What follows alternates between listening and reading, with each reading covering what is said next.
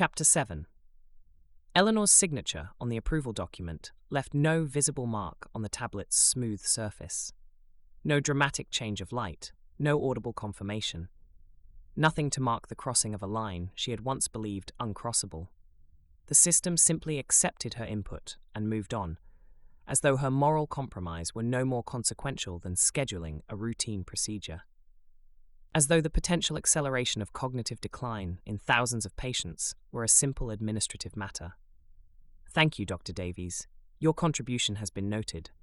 Dr. Haynes had materialized at her side with unnerving quietness. Eleanor nodded, her mouth dry. "What happens now?" "You'll be sent the trial commencement updates. In the meantime, your access privileges have been upgraded." He gestured to her badge, which now displayed a faint blue border that hadn't been there moments before. "You'll find the Eastern laboratories are now available to you. Section D requires additional clearance, but that should be forthcoming. Section D?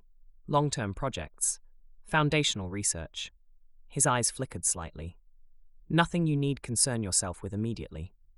After he left, Eleanor sat motionless, trying to process what she had just done.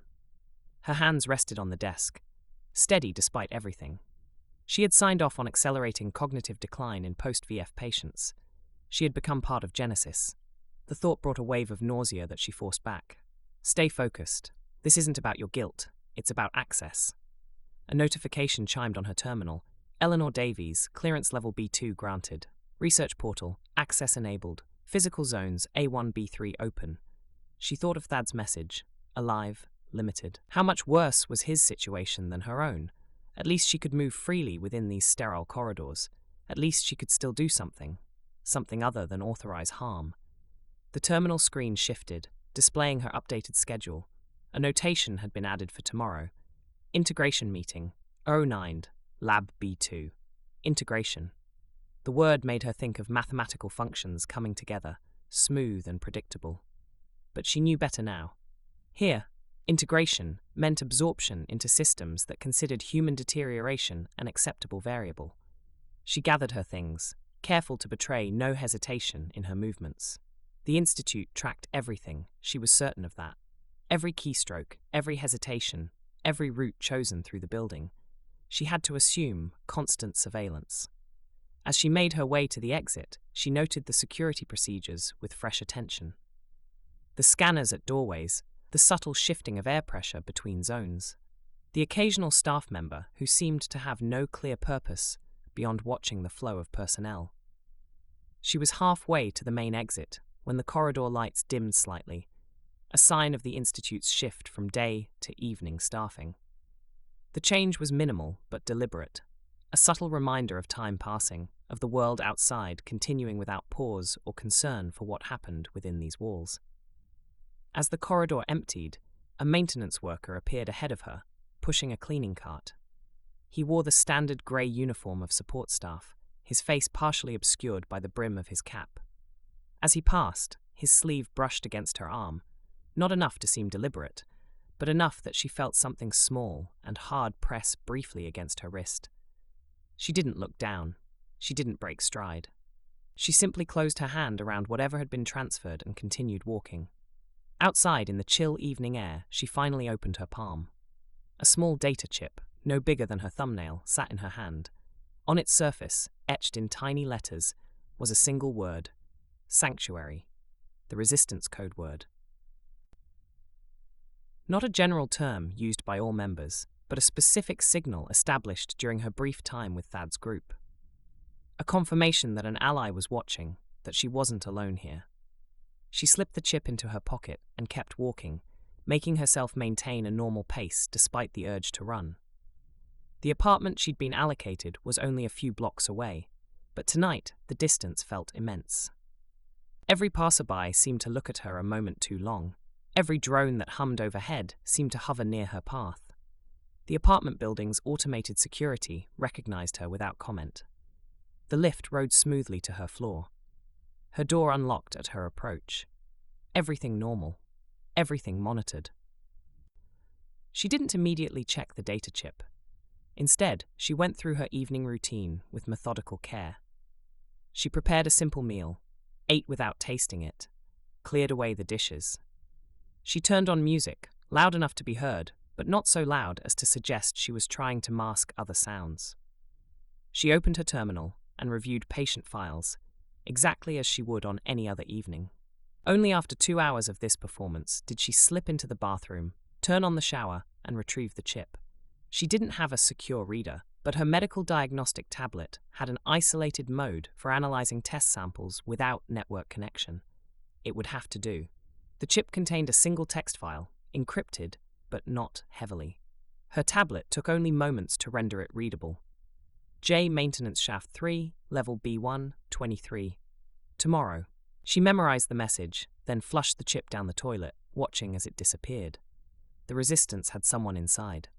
Someone who could pass messages. Someone who knew how to find her. Eleanor let the shower run while she leaned against the wall, suddenly lightheaded. Until this moment, she had been alone, suspended between worlds. Now a line had been thrown to her, a tenuous connection, but real. She stepped into the shower, letting the water wash over her. She needed to be ready for tomorrow. She needed to be clear-headed and focused. She needed to be the person the Institute believed they had just recruited. The next morning, she arrived at the Institute early, giving herself time to orient before her integration meeting. Her new access credentials allowed her to bypass the main entrance and use a staff-only entry point that opened directly to the research levels. The B-level corridors were different from those above, wider, with recessed lighting that created strange shadows at the intersections. The walls here were a pale blue, as if to remind people there was sky above. Lab B2 was a large space divided into workstations. Each was occupied by a researcher focused intently on their terminal or sample arrays. No one looked up when she entered. No one greeted her. They were absorbed in their work, or perhaps simply conditioned not to acknowledge new arrivals. A woman with silver-streaked hair approached. "Dr. Davies, I'm Dr. Vora. I'll be overseeing your integration." Her voice was precise, each word given exactly the weight needed, no more. "Thank you," Eleanor said. "I'm looking forward to understanding my role here." Dr. Vora's expression didn't change. "Your role is to apply your expertise on post-viral immune disruption to our current protocols. You've already reviewed the background data and approved the initial parameters. Soon we'll be finalizing the first deployment cohort." Deployment cohort. Not patients. Not people. A euphemism that distanced everyone in this room from what they were doing. "I see," Eleanor said. "And what are our specific objectives for this cohort?" "Controlled immune modulation with minimal system disruption." Dr. Vora led her to a workstation where complex models rotated on the screen. The previous iterations produced excessive metabolic stress. We're seeking a more gradual approach. Eleanor studied the display. The models were intricate and familiar, variations on the work she had been doing for years, adapted for purposes she had never intended. "These are impressive," she said carefully. "Though I notice the homeostatic threshold seems very narrow. Won't that increase the risk of cascade failure in subjects with pre-existing inflammatory conditions?" Dr. Vora gave her an appraising look. "Precisely why we wanted your input. The current balance prioritizes breadth of application over individual outcome variability. We can accept a certain percentage of adverse reactions if the overall stability metrics improve." Eleanor nodded, as if this were a perfectly reasonable statement and not a clinical way of saying some people would be sacrificed for the greater outcome. "I might have some thoughts on optimizing both," she said. "Based on my clinical experience, we could maintain the broad effectiveness while reducing the more severe outlier responses." "Interesting. Show me." For the next hour, Eleanor carefully modified the models, introducing subtle alterations that appeared to smooth the response curves.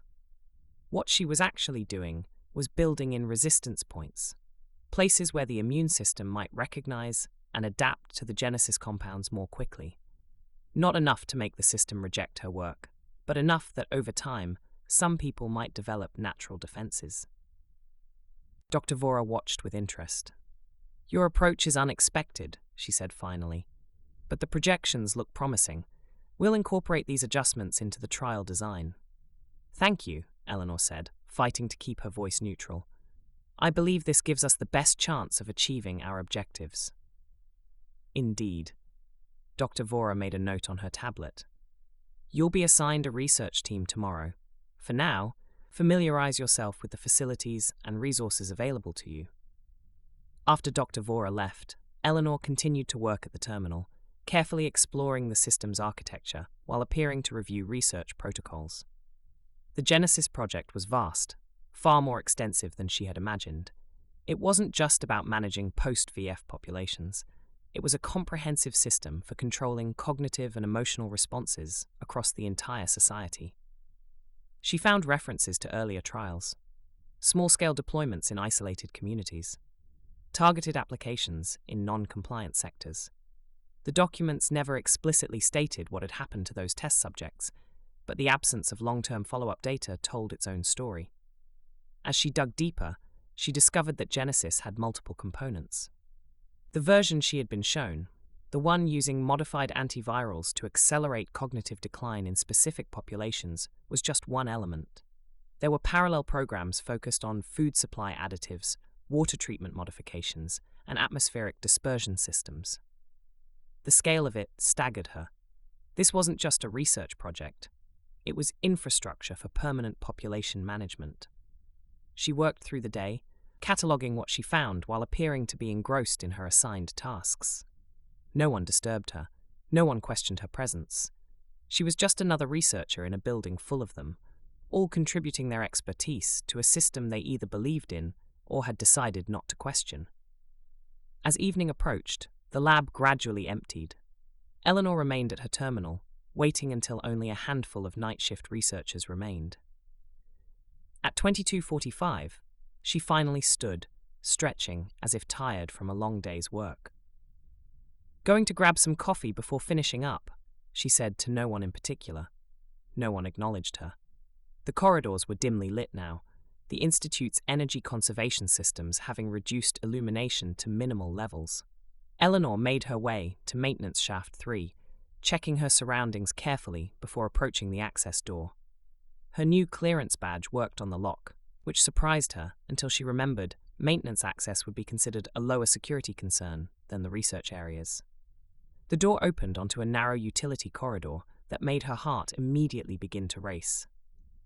The walls seemed too close, the ceiling too low. Her claustrophobia flared, sending a wave of panic through her body. She forced herself to take a deep breath, then another. She could do this. She had to do this. 3 steps in, the door closed behind her, with a soft click that felt terribly final. The shaft was lit only by emergency strips along the floor, casting everything in an eerie blue glow. Pipes ran along the ceiling, occasionally dripping condensation that echoed in the confined space. Eleanor moved forward, counting her steps to focus her mind away from the closing walls. 20 paces in, the corridor widened slightly into a junction where multiple maintenance shafts connected. A figure stood waiting in the shadows. "Dr. Davies," the man said quietly. "Jeff, we met yesterday." She recognized him as the maintenance worker who had passed her the chip. Up close, she could see he was older than she'd initially thought, perhaps in his 50s, with deep lines around his eyes and grey stubble on his chin. "How long have you been here?" she asked. He gestured to a small alcove off the main junction. "We can talk here.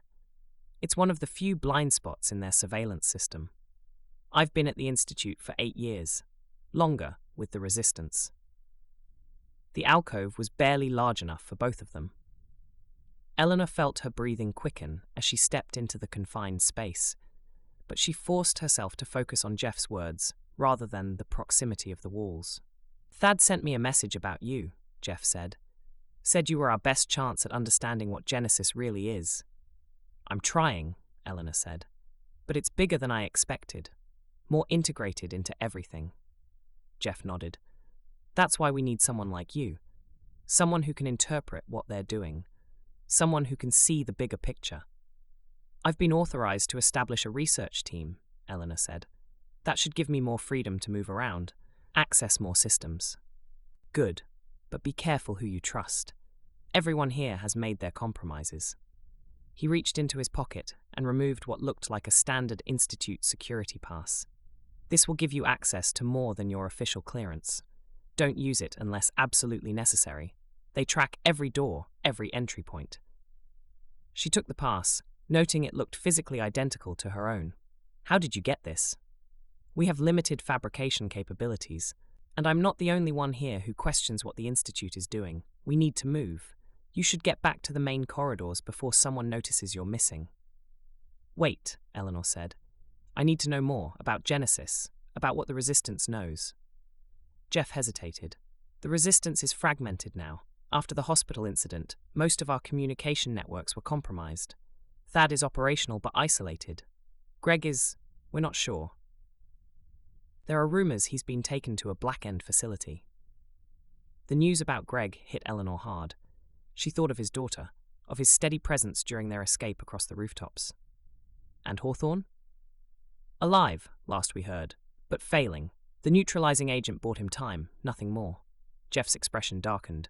There's something else you should know, something Thad discovered before communication went dark. What?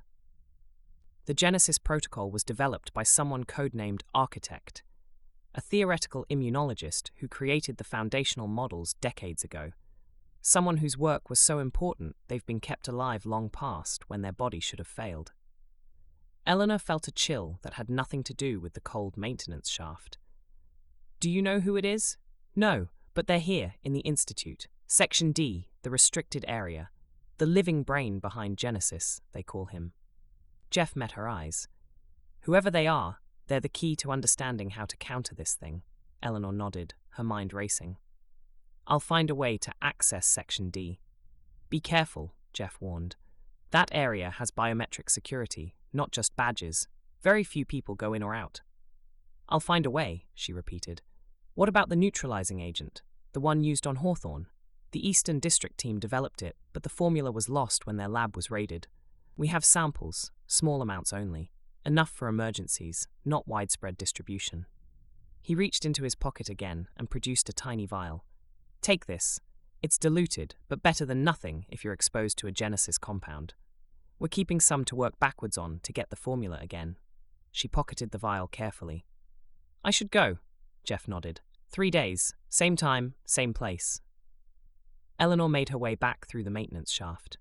By the time she reached the access door, she was breathing in shallow gasps, her hands trembling slightly.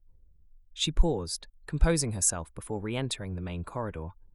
She couldn't afford to appear distressed, even if the watchers were already aware of her claustrophobia. Back at her workstation, she found a message waiting on her terminal. Dr. Davies. Your revisions to the trial parameters have been reviewed and approved. Implementation begins tomorrow. Additionally, your request for access to historical immunological research has been granted. Section D, orientation scheduled for 14 tomorrow. She hadn't made any such request, but apparently someone wanted her in Section D. The next day passed in a blur of activity. Eleanor was introduced to her research team, 3 junior scientists who seemed competent but overly deferential, as if afraid of challenging her ideas. She spent the morning guiding them through her modified protocols, carefully embedding small flaws that would make Genesis less effective without being obvious. These adjustments should improve subject retention while maintaining efficacy, she explained, using the Institute's preferred euphemisms. We're looking for sustainable compliance, not just immediate response. Her team nodded, taking notes and asking practical questions that focused entirely on methodology, never purpose. They either didn't understand what they were doing or had chosen not to think about it. Eleanor wasn't sure which possibility was worse. At 13:45, she excused herself and made her way to the elevator that would take her to Section D. Her heart pounded as she approached the security checkpoint. This was the restricted area Jeff had mentioned, the place where the architect was kept. The security here was visibly heightened. 2 guards flanked the entrance, their expressions blank but watchful. A scanner different from those elsewhere in the building hung over the doorway. Dr. Davies, one of the guards acknowledged. Place your hand on the reader, please. The biometric scanner hummed as it read her palm. A moment later, a green light flashed. Proceed, the guard said, stepping aside. The lift descended silently, its smooth motion betraying no sense of depth. When the doors opened, Eleanor stepped into a corridor unlike any she had seen before in the Institute.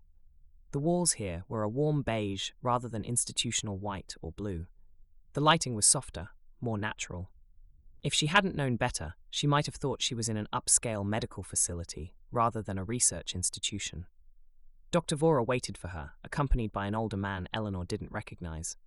"Dr. Davies," Dr. Vora said, "this is Dr. Mercer, Chief of Special Projects. He'll be overseeing your access to this section." Dr. Mercer's handshake was firm, his gaze assessing.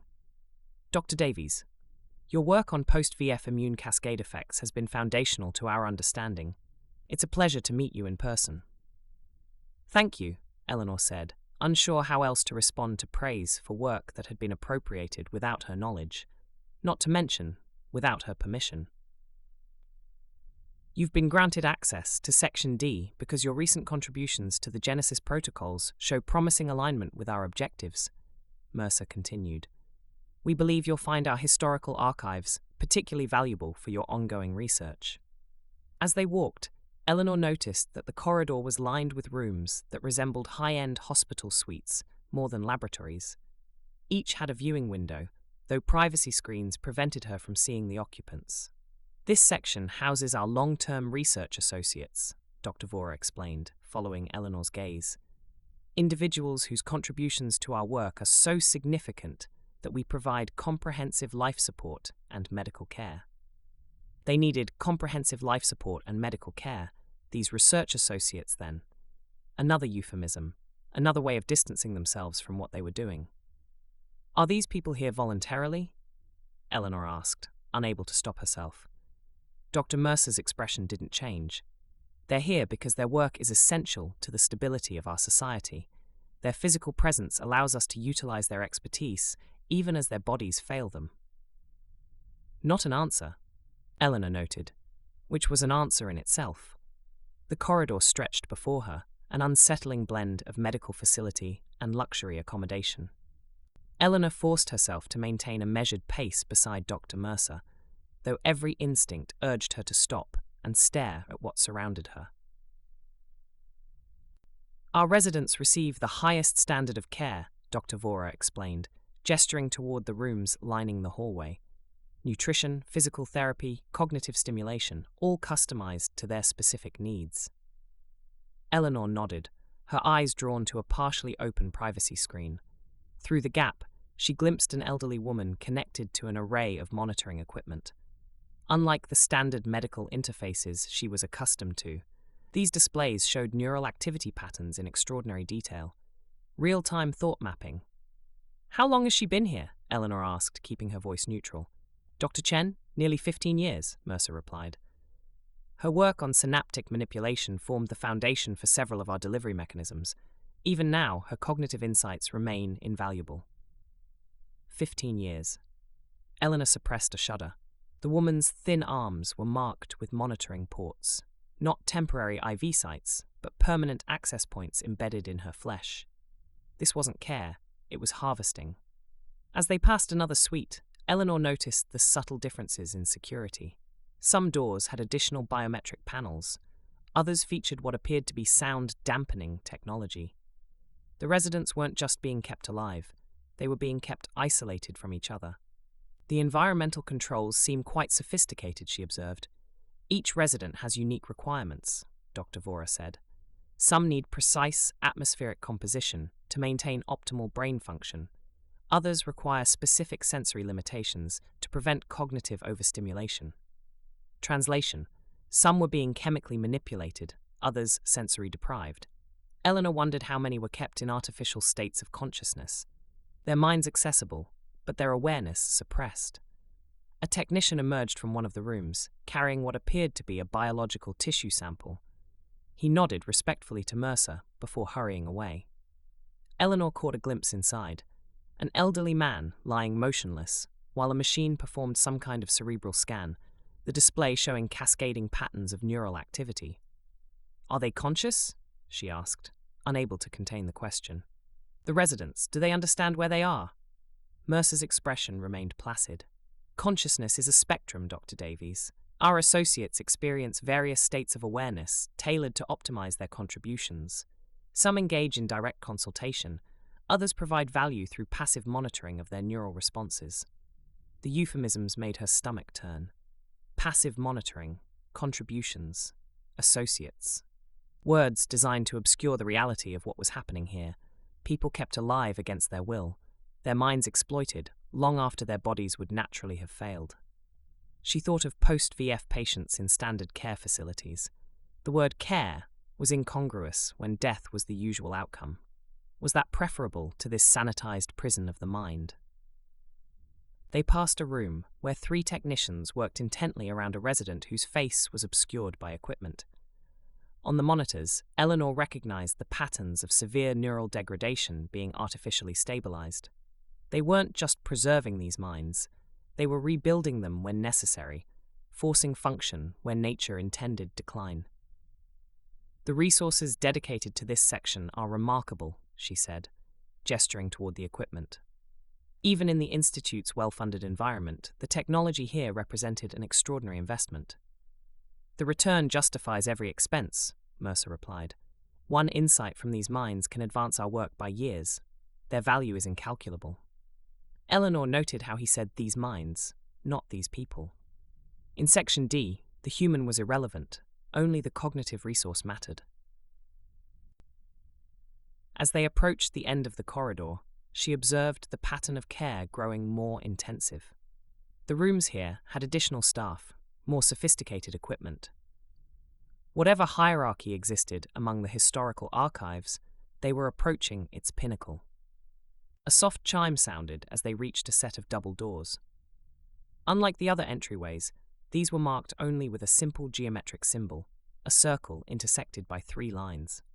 The Genesis mark, Dr. Vora explained, noticing Eleanor's gaze. It represents the convergence of biological systems, technological intervention, and societal necessity. The doors slid open, revealing a circular antechamber. 2 staff members in distinctive white uniforms looked up from their monitoring stations. The air here smelled different, purified beyond the already sterile environment of the Institute, with subtle notes of something Eleanor couldn't identify. Something almost familiar. Dr. Davies requires no introduction, Mercer told the staff. She has full access authorization. One of the technicians nodded and pressed a sequence on her console.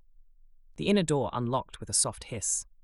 The primary historical archive awaits, Mercer said, gesturing for Eleanor to precede him. The original architect of Genesis.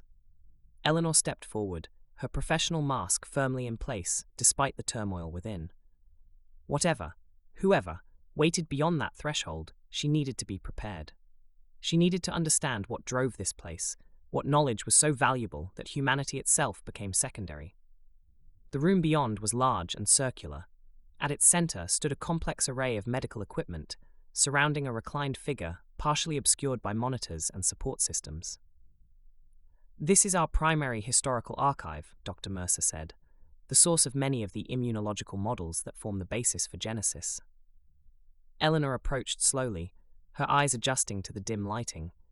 As she drew closer, she could see the figure more clearly, an elderly man, thin and frail, connected to multiple life support systems.